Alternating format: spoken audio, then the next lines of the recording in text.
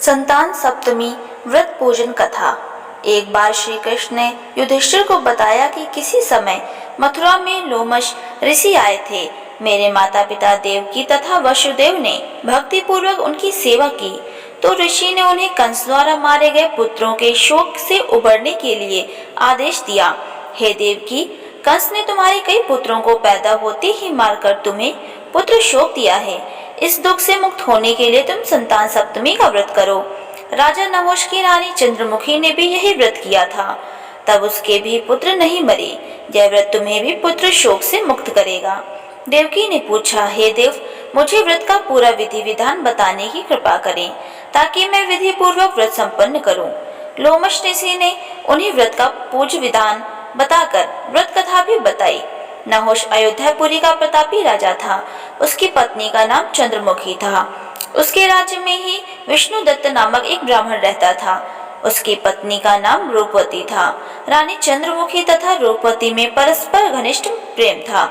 एक दिन वे दोनों सरयू में स्नान करने गईं। वहां अन्य स्त्रियां भी स्नान कर रही थीं।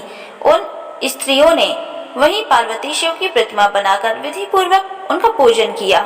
तब रानी चंद्रमुखी ने तथा रूपवती ने उन स्त्रियों से पूजन का नाम तथा विधि पूछी। उन स्त्रियों में से एक ने बताया, हमने पार्वती सहित शिव की पूजा की है। भगवान शिव का डोरा बांधकर हमने संकल्प किया है, जब तक जीवित रहेंगी तब तक यह व्रत करती रहेंगी। यह मुक्ताभरण व्रत शुभ तथा संतान देने वाला है। उस व्रत की बात सुनकर उन दोनों सखियों ने भी जीवन पर्यंत इस व्रत को करने का संकल्प करके शिव जी के नाम का डोरा बांध लिया। परंतु घर पहुंचने पर वे संकल्प को भूल गईं। फलतः मृत्यु के पश्चात रानी वानरी तथा ब्राह्मणी मुर्गी की योनि में पैदा हुई। कालांतर में दोनों पशु योनि छोड़कर पुनः मनुष्य योनि में आई। चंद्रमुखी मथुरा के राजा पृथ्वीनाथ की रानी बनी तथा रूपवती ने भी एक ब्राह्मण के घर जन्म लिया। इस जन्म में रानी का नाम ईश्वरी तथा ब्राह्मणी का नाम भूषणा था। भूषणा का विवाह राजपुरोहित अग्निमुखी के साथ हुआ। इस जन्म में भी उन दोनों में बड़ा प्रेम हो गया था।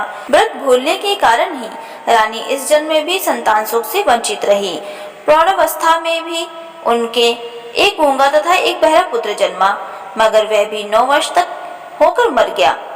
भूषणा ने व्रत को याद रखा था, इसलिए उसके गर्भ से सुंदर तथा स्वस्थ 8 पुत्रों ने जन्म लिया। रानी ईश्वरी के पुत्र शोक की संवेदना के लिए एक दिन भूषणा उससे मिलने गई। उसे देखते ही रानी के मन में ठाह पैदा हुई। उसने भूषणा को विदा करते उसके पुत्रों को भोजन के लिए बुलाया और भोजन में विष मिला दिया। परंतु भूषणा के व्रत के प्रभाव से उनका बाल भी बांका न हुआ। इससे रानी को भी और भी अधिक क्रोध आया।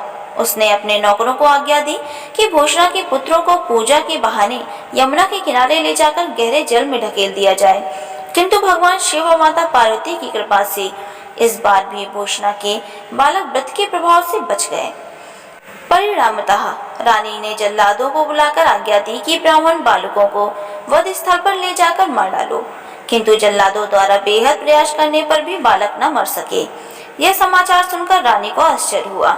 उसने भूषणा को बुलाकर सारी बात बताई और फिर क्षमायाचना करके उससे पूछा, किस कारण तुम्हारे बच्चे नहीं मर पाए?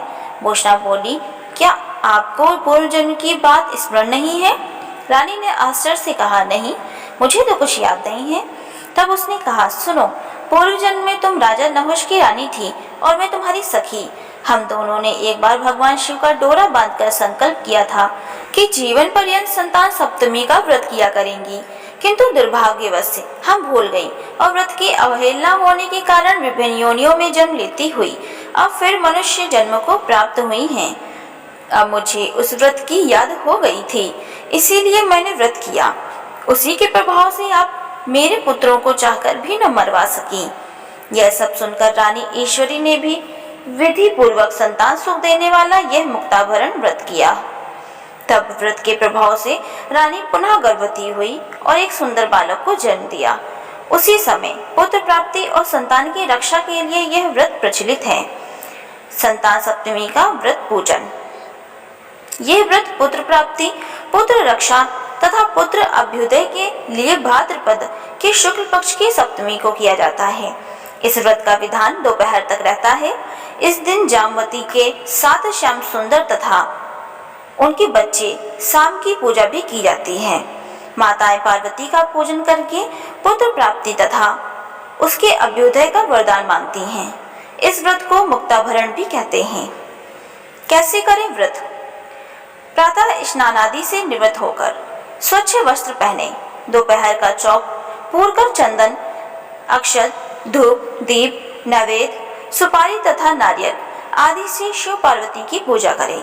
इस दिन नैवेद्य भोग के लिए खीर, पूरी तथा गुड़ के पुए रखें। रक्षा के लिए शिव जी का डोरा भी अर्पित करें। इस डोरे को शिव जी के वरदान के रूप में लेकर उसे धारण करके व्रत कथा सुनें। आशा करती हूँ वीडियो आपको पसंद आई होगी। वीडियो पसंद आई हो तो वीडियो को लाइक करें और हमारे चैनल को जरूर सब्सक्राइब करें। धन्यवाद।